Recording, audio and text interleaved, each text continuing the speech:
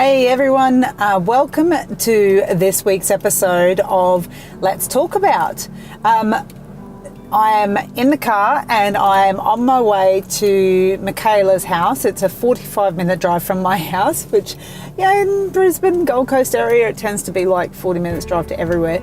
But I'm on my way there. Now, just to give you a bit of a heads up, we are going to be talking about Mikhailla's experience of motherhood. So she has a new baby now, a gorgeous little Elle, and she is just beautiful. But last year Mikhailla did lose a baby, and that was Fox. We're going to have a bit of a discussion about how to allow yourself to feel joy and happiness and be at peace when you're still feeling grief. And it's a really, I think, a really deeply personal journey that people go through. And as much as it's an individual journey, that each person has their own experience of what that would feel like and what that would look like for them, there's also a lot of people out there going through the same thing.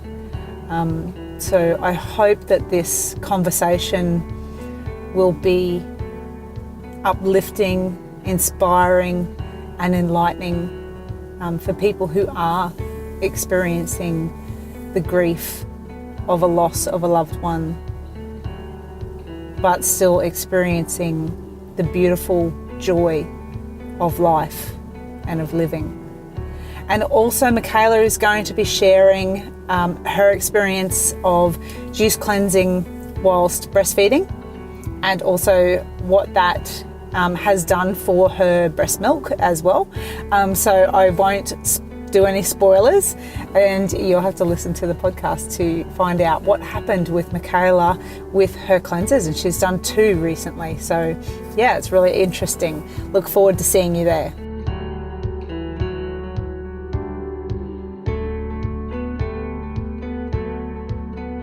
Thank you for joining us for this week's episode of Let's Talk About.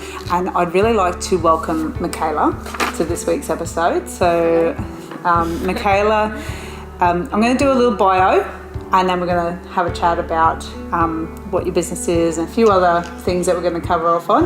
Yeah. But just so that our listeners know, Mikhailla's 24, she's had 2 businesses, done a Bachelor of Business in Marketing, has had 2 babies, one that's in heaven and one that has just been put to bed. So she was a little bit upset trying to get her to sleep and be out of routine. It's good fun. But Mikhailla spent a lot of time writing from the pain of the loss, and that's your current reality right now. And you're sharing I'm just going to hit this because I don't know why my computer's being funny, but anyway. So you're sharing from a very wholehearted perspectively, which is what gave you the name for your blog, is it? Well, actually my blog was born before my son and before I was even pregnant, so it's quite fitting now. But it actually just came to me one day when I was just thinking of what to call it, and I just felt like Wholeheartedly represented me as a person in whole. So that's what it was. It was simple and broad and could really branch into anything. Cool. So I'll keep going. So now you also share from a wholehearted perspective on eating really good food as well. And you've shared that businesses are born from solving a problem, which is totally true, and so that's where Wholeheartedly was born from. And you've launched a pregnancy and mamahood recipe ebook, which sounds really cool. I'd love to suss that out and find out a bit more about it. So you had a 10-month pregnancy where you gained 20 kilos. Yeah, way too much. I've been there. Yeah. Totally been there in that. And you really wanted to fuel your body with good food and didn't want to diet, and you wanted to be able to share that journey with other people, which I think, you know, having a beautiful relationship with food and not dieting is a great goal to have as a lifestyle goal. And yeah, I totally agree, you know, that you just need to get the right ingredients and be really creative, and that's really cool. So you focus very strongly on that feeling good in all avenues of your life, even through the pain, you know, that there's so much beauty, and that your mind is such a powerful tool in life. So you know, I think it's fantastic. You focus really strongly on that good relationship with everything, you know, friends, family, food, all that sort of stuff. Yeah, so definitely. Yeah, and most importantly, yourself. Yeah. You know, because if your relationship with yourself isn't good, then the rest of it all goes to shit, doesn't it? Yeah. Really, to put it bluntly. So just to start with, one of the things I really wanted to touch on straight away was that I went onto your blog and I was reading a lot of the different blog posts that you've done, and you share very deeply your loss of Fox and that journey that you've gone through with the pain and the grief and everything of the loss, but also then the joy that you've experienced with having Elle. And I know from myself, just the people I know, even within my own family, there's a lot of women out there who've gone through a loss of a child either during pregnancy or after pregnancy, and they go through it alone, you know, and it's not often something that's talked about so openly. What if you could talk to people that are out there that are going through that pain and that grief and that loss, and you could talk to them face to face now, what would you say? I guess like to not be afraid to reach out, because they really aren't alone. I mean, when I had my first loss, which was like, we found out around 12 weeks at that first scan that the baby's heart had stopped at like around 8 weeks. I guess that was something I didn't open up to a lot of people at that point, because it was so early, you didn't feel like it was valid, and I just thought, you know, how embarrassing, like I can't, you know, grow a child, and I was very like closed off about it. It wasn't until I lost Fox like full term after birth that I realised, you know, that I am not alone, and there is a lot of things that happen in this world, and losing a baby at 8 weeks or whether full term, it is kind of the same. The emotions are certainly different, but it is the same. So I'd tell them to, you know, remember that they're not alone, like, and to reach out and not be afraid to embrace their pain, and, you know, take comfort in other people that are going through the same thing, because they're going to be the people who know exactly how you feel. Like, I was connected through my pregnancy even to a woman that lost her baby, I think around 7 weeks, and the pain, like when I compare it now, I'm like, you know, I understand that it's completely different to losing my son after birth, but that is the worst pain, you know, at that point, if that is the worst thing you've been through. So me and her did connect a lot because it was around the same time. But yeah, like I would never judge people based on when they lose their pregnancy. So yeah, not to be afraid to reach out, even if it's to me, like even if you've lost your baby at 6 weeks, like even if you talk to me, like I would still treat you the exact same as you've really lost a baby that could have been here on this earth. Yeah, it is. And it's something, I was talking to Naomi Berg last week, who, you know, I was telling you is the PT and wellness coach, and it's something that she was talking about, actually running workshops for helping women deal with grief through pain of loss of, and for her it's in particular the pain of loss of a child during pregnancy. Because like you said, with a miscarriage, there's a bit of a societal brush off of the grief that women go through when they do have a miscarriage. And it's really common. You know, it's really, really common for women. I actually don't know many women, especially my age. You know, I've got 3 grown children who haven't suffered a miscarriage. And for it to be that brush off, and to not validate the grief that you go through, I think, is something that really needs to change. Yeah, definitely. And I don't think that people should sit in grief, but allow it and not make it wrong that it's there. Yeah, absolutely. Yeah. Because you're not really taught, growing up, how to deal emotionally with pain, or a miscarriage is often the first painful experience someone will go through, because you might come out of school and you might end up pregnant, or find your partner and want to have a baby, and that's what you experience, and you're not educated through school, for example, how to deal with pain. So it would be a good idea running those workshops. I think that there's a definite need for it, and a definite need to allow or provide a space for women to allow themselves to feel the grief that they've got inside them that isn't expressed. Because I'm a strong believer in that. Any emotion that's held inside your body can be the source of disease and illness, and it needs to come out, and it needs to be talked about. So you do share as well that you've had an interesting journey with food, and you had a negative relationship with it and a positive relationship with it. Could you describe what that looks like, and what it looked like then and what it looks like now, and the process that you've gone through with that?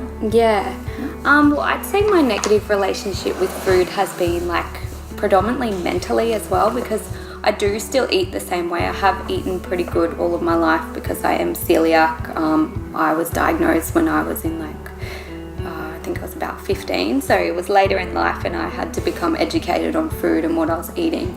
So from then I started eating pretty much good food, but I think my negative relationship started mentally, where I would eat a burger, for example, and I would look in the mirror, and you feel bloated, and you'd start to blame yourself for eating that burger. Why did I do it? And then the next day you're still unhappy, you wake up unhappy. And then now my mindset has just shifted in taking full responsibility for the food I eat. So I'll still eat the burger now, but I don't regret it, because 90% of the time I'm eating good food, so I'm feeling really good. And if I'm having that burger, it's so worth it, for that 10 seconds of enjoyment. And I know I'll wake up tomorrow and I'll be back and eating good again. So I don't feel any regret anymore. And that's why I don't focus on diets as well, because I'm eating for my life, how I want to live. And if I want to eat a burger, I'll definitely eat it. I'll enjoy it. And so now my relationship is just more positive about the way I think about food as well. I don't see it as something that's going to make me bloated or feel horrible. I own it. That's a really good way of looking at food. I think I totally agree with that perspective. I love a good burger. Do love a good burger. But also that taking responsibility for every part of what you eat. It's like taking responsibility for your emotions, I guess. You don't just only experience good emotions. You experience good, you experience bad, and if you judge your emotions, you're going to send yourself crazy. Very true. And it's the same with food. I think people eat good, bad, and as long as you emotionally. And I think the more judgment that you have on it, the worse your relationship gets with it. And I think social media sometimes affects the relationship with food, is because people are seeing a lot of beautifully styled images, and there's a lot of editing programs as well, and it's opened my eyes up even now too, because I've got friends on there, and they feel the pressure, especially postpartum, about bouncing back. And I've realised, those women that are standing there with these beautiful bodies postpartum, they're standing there, they're not sitting there. We're sitting and standing is two different images, and they're not going to take one of them looking not their best. That's what social media is about. So not to put pressure on looking a certain way, but focus on feeling a certain way, because I notice when I focus on eating good, I feel really good, and I will not I don't even care then the way I look, like, because I know I feel good. So I think, well, I look good. I might have some rolls, but I'll own them because I actually genuinely feel good. And I keep saying that word because that's, like, it's literally true. Even when I was doing your juice cleanse, like, I went to the beach that week and I wore, like, a low-set bikini, and I was like, I don't care. Like, I gave my food, I gave my body really good food all week, so I'm just going to own it. Like, this is the way I look, and I really enjoy, like, feeling good. Yeah, absolutely. And I actually used the example this morning. I've had an on and off relationship with exercise, like similar sort of thing where I've used exercise as a punishment. Yeah. And so exercise can be really good, as you can imagine, but you know, you use it as a punishment, it can be really bad. Yeah. And so, you know, I've really come into a relationship with that and gone, okay, for a while there I just would not do like a really intense exercise routine at all because I felt like I was going to slip back into my old habits and patterns. Yeah. And and now, like, you know, having a great relationship with exercise, it's like, oh no, I can totally go, you know, go for a jog, do whatever I want to do, and feel good about it. Yeah, because you shouldn't be like exercising to work off what you ate. You should be exercising because you love it. Like, that's good. Yeah, so it's funny, you know, different people have different struggles in their relationship with things, and I think it all really comes down to the same thing of one, becoming aware of it, and two, then taking responsibility for it and going, well, how do I want this relationship to look? Yeah, exactly. You know? So that's fantastic. You are training, I saw on your website, you're training as a birth doula. Yeah. I had to go and research what a birth doula was because I had no idea what that was. It's not very common in Australia. No. So, assuming that I'm not the only person in the world that doesn't know what it is, would you be able to describe what a birth doula is, what they do, why would someone want a birth doula? Well, I actually looked into becoming a birth doula after I lost my son in Darwin at the hospital, because I guess, like, I became really attached to my midwives there. I guess, you know, being with the journey I had, I wanted to hold on to any moments I could, and the best people that could spit those moments back out, I guess, were my midwives. And being through what I'd been through, they kept in contact, messaging me. You know, we debriefed our birth a lot of the time, and it was really good. Like, they were just young girls themselves, so I think it was just as hard on them in their career as it was for me. But I really looked into, you know, wanting a birth doula the next time, or even being a birth doula for people, because I realised that other people could lose their babies in this world too. And in America, birth doulas are really common, and they used to be in Australia, like, I guess the older women that would be like really experienced, and you lean on them for support. But I wanted to consider myself like more a new age birth doula. Birth doulas now are traditionally known as supporting alternative methods. So with my natural birth, I did go drug free and in a birth centre, so it was considered an alternative method.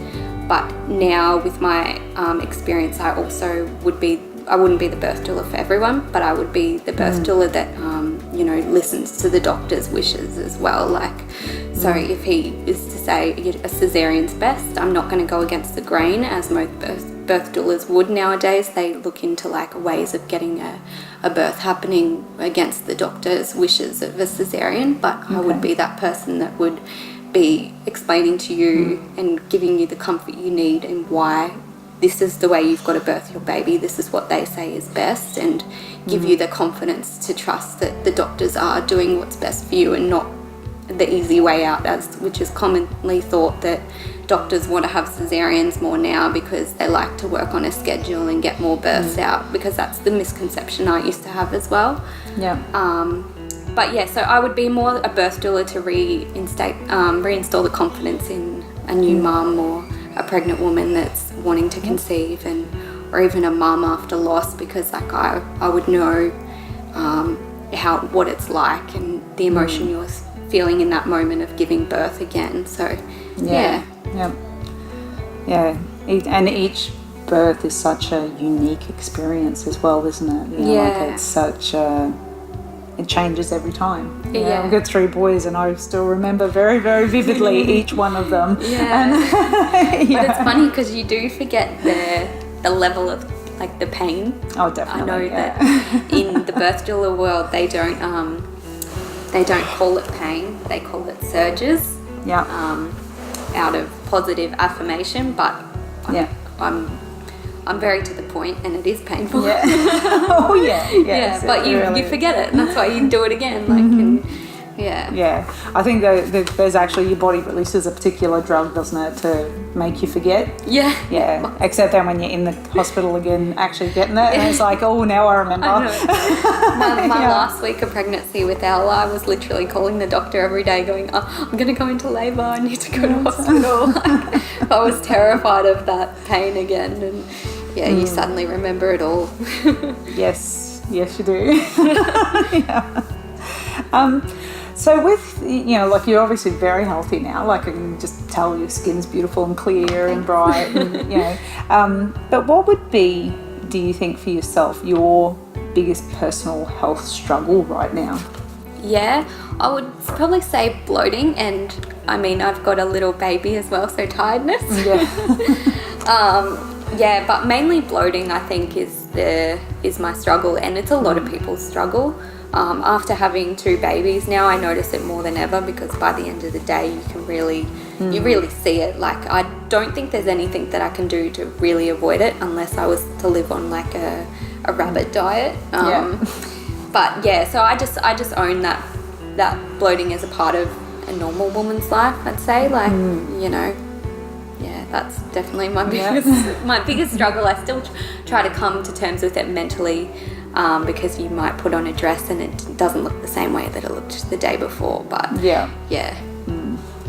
cool. Yeah, it would be interesting whether or not you experience any change to that from the cleansing as well, because I know that before I did my I've done quite a number of, and I did a really long cleanse, and before that, if I had even a piece of bread, I would literally just be like, oh, and I'd be in so much pain, and it was just horrible. So I avoided bread at all cost. But I've done a lot of cleansing, and now I don't get that. I can literally sit down with a full bread burger and I don't get it, which is fantastic. And so it'd be interesting to check in after you've done a few cleanses and see how you go, and see whether or not you notice any difference there. Yeah, that would be really awesome. Cool. So, and speaking of cleansing, you did recently do a juice cleanse, and when we talked about it, I did sort of say, and I think you already knew anyway, that doing a full juice cleanse while you're breastfeeding is not recommended. It's something that if you're going to do anything that restricts calories, it can have an impact on your breast milk. So it's really important to keep up the calories and make sure that you're getting enough calories to make sure you don't run out of breast milk. And I do get a lot of questions from people around that. So can you share what it was like for you, what you did, what it felt like for you afterwards? Did it have any effect on your breast milk? Did you notice anything? Did you notice anything different with Elle? Like, what was it like for you? Well, I had a lot of questions as well after doing the cleanse with you guys about my breast milk supply, and a few mums wanting to do it as well were worried about how it would affect their supply.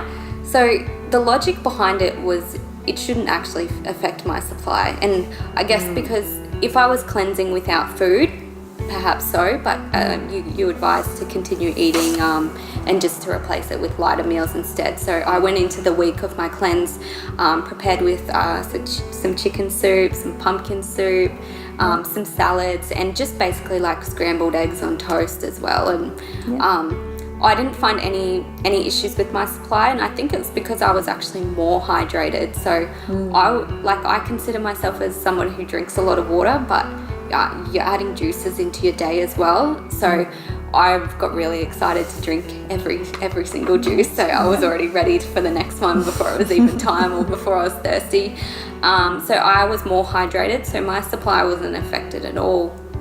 Yeah, I remember waking up every morning feeling good too, even if I had a bad night. I was like, I think because I was nourishing myself from the inside out, so it did make a massive difference. So I think it was good with breastfeeding, and I would probably do it next time as well, postpartum in the early stages, after 6 weeks of establishing my supply, but probably begin a cleanse like monthly from 6 weeks postpartum. And I definitely, like, I know from myself, when I cleanse, my sleep is the thing that I love. Yeah, like I wake up going, I feel so good. Yeah. Yeah. It doesn't happen often, so when it happens because of the food you're consuming, it just makes it just goes to show how much like food and drink impact your day to day and the way you feel and your body and the way it works too. So yes, it does, doesn't it? And, it has a huge impact, I think, maybe more than what people really realise. And sometimes it takes something like a cleanse to notice the difference, and that's actually what got me into even owning a juice company. Was I did a cleanse once. A partner who said to me, maybe try a juice cleanse, and I actually thought he was crazy. Yeah. I thought cleansing was a load of shit. I thought it was just, and I was like, and I ended up agreeing to do it.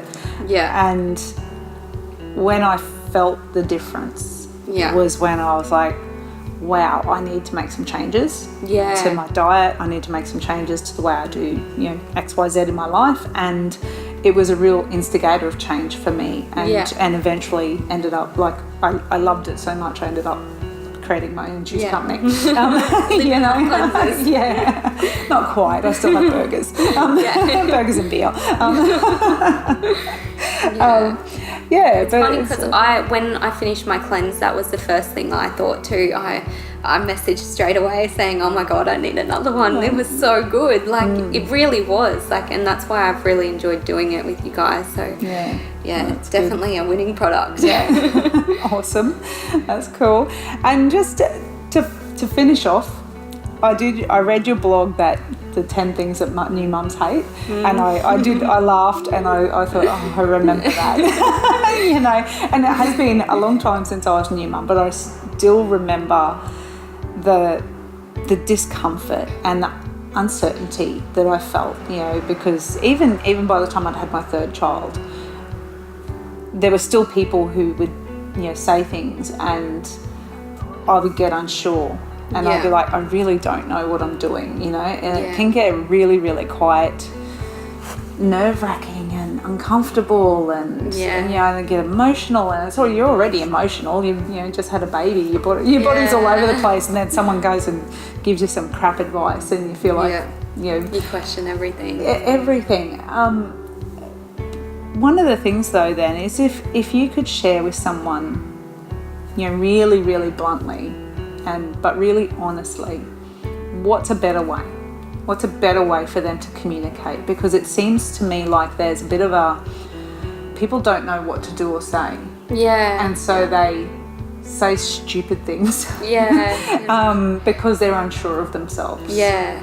Well, often, I feel like often it's probably just, a new mum taking it the wrong way, but you are just trying to do your best. So, like, when people give you advice, which often comes from family members, to be honest, they straightforward and it's because they've done it before. So, but what they forget is it's been a long time since they've had babies too, and nowadays they've learnt so much more. A mum in the old days would put their baby on their tummy, or give their baby honey on a dummy or something. That now they know better and not to do those things, and so I think really someone wanting to give advice should really just sit with the mum and first just listen and see if they're asking for advice, see if they want it, because often you might be talking about something and my baby is sleeping terrible at the moment, and a mum's like, oh well, if you try this, but you're not actually asking for advice. You might just be having a bad day, your baby, but then you might then begin to question everything you're doing, so it just stresses you out. So really, I think, see if they are asking you for advice, because often I'll actually reach out to my friends and ask, what did you do when this happened, in a time when I'm genuinely needing advice. So yeah, just really sit and just listen to them and see if they're asking. If they're not, just support them with whatever they're saying. Yeah, try listening rather than giving advice. Yeah, don't give your journey, because they're genuinely not seeking it at that point. Yeah. And I think that goes for that share. People have that compulsive need to share pregnancy stories. Yeah. And I really hate it when people share pregnancy stories. Yeah, because they're so different, every single one. And not just that, like, it can often, when someone feels the need to share a pregnancy story with someone who's pregnant, it's normally a horror story.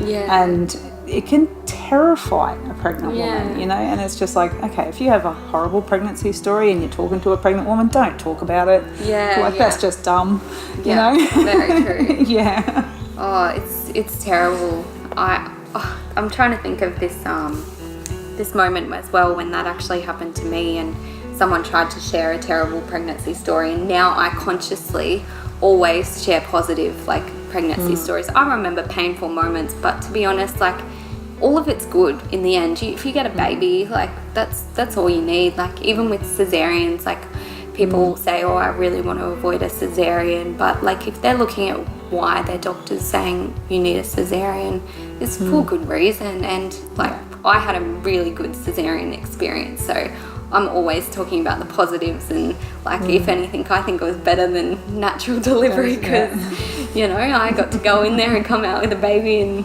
feel the same way. Like, I wasn't tired, I wasn't exhausted. So I definitely think people should consciously share better, like, the good parts of their stories rather than straight away the bad parts as well, because often women aren't asking for that and they don't need to be scared.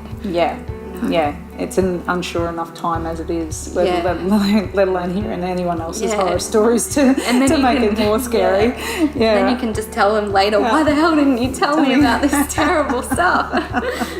That's a better way to find out for yourself. All right, well, that's all the questions that I had for you. Is there anything that you wanted to share that you feel like you'd like to talk about? No, I didn't really think about anything, but no, I think we've covered a lot of information. Yeah, cool.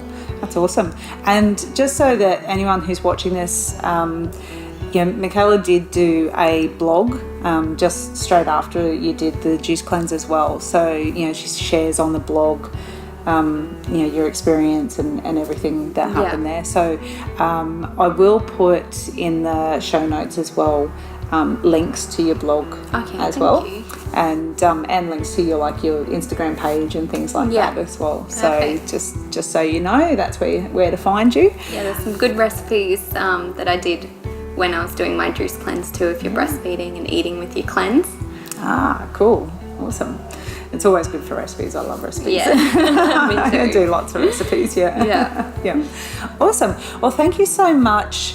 Really appreciate you coming on the show. Appreciate you giving me your time, and it's been a great chat. I really have really enjoyed getting to know you better and coming and seeing you face to face and talking rather than just over phones or social media. So thank you so much, and we will finish up here. If you've got any questions, post them below. If you've got any questions for Mikhailla, you can still post them below, and I will make sure I pass them on. Otherwise, send her a question straight on Instagram or off your website. And your website's wholeheartedly.com.au. Yes. Cool. You can visit me there. Yeah. But thanks for creating such delicious juices too. Yeah. Literally amazing. Thank you very much. I'm not even lying. They're so good. One of my friends was telling me that she's doing one today, and she messaged me and she's like, these juices taste so good. She's like, she's not normally a veggie person, so she's very doubtful of them, but she really likes it. So it's good. And when we went to Byron on the weekend, I brought them down because otherwise they were going to expire before we got back. And I gave some to my friend friend Harmony as well, and she was really loving them. She was, she was skeptical of almond milk, but even the almond milk tastes good because you've got these little ingredients in them, so it was delicious. I do love the almond milk. I go through a lot of almond milk myself. So the chopped cashew one I would get excited about on my veggie cleanse too, because I was like, I knew it would be a late night treat, like before bed when you're craving something, cold and naughty. So that was a really good one too. Yeah, I actually really like heating it up as well. Just before bed, I'll warm it up and drink it up warmed up. It is beautiful. Yeah, I'll have to do that next time. Yeah, awesome. Thank you so much. Thank you. No worries. Bye. Bye.